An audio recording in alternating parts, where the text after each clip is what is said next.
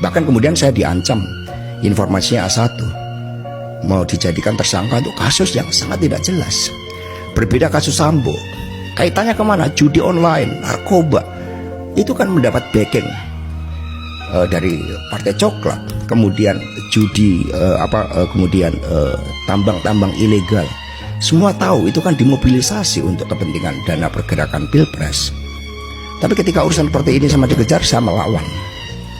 Saya jadi ingat ketika pada tahun 30 ada 4 kader PNI di Ciamis hanya teriak merdeka, merdeka, dan merdeka sekarang karena bergelora spiritnya Bung Karno.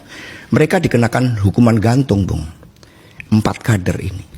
Lalu salah satu yang akan menjalani hukuman gantung itu kemudian bisa berkirim surat kepada Bung Karno dan mengatakan, Bung Karno, besok saya akan menjalani hukuman gantung dengan mulut tersenyum, dengan keyakinan, karena saya yakin Bung Karno akan memerdekakan Republik ini. Jadi untuk merdeka, banyak yang siap digantung dengan tersenyum, yang mencurahkan nyawanya. Peristiwa 10 November, ribuan orang meninggal mengalahkan yang namanya bala tentara sekutu pemenang Perang Dunia Kedua. Mosok saya hanya menghadapi ancaman aja takut, saya bongkar. Itu yang kita lakukan. Jadi saya nyatakan di sini bahwa Anies Baswedan kriminalisasi itu perintah dari Presiden Jokowi. Mas Hasto, saya yang sedang menata pikiran saya mendengarkan ini, karena sedikit banyaknya dan beberapa bagian kita bersama, saya terlibat di dalam proses-proses Pak Jokowi naik kekuasaan.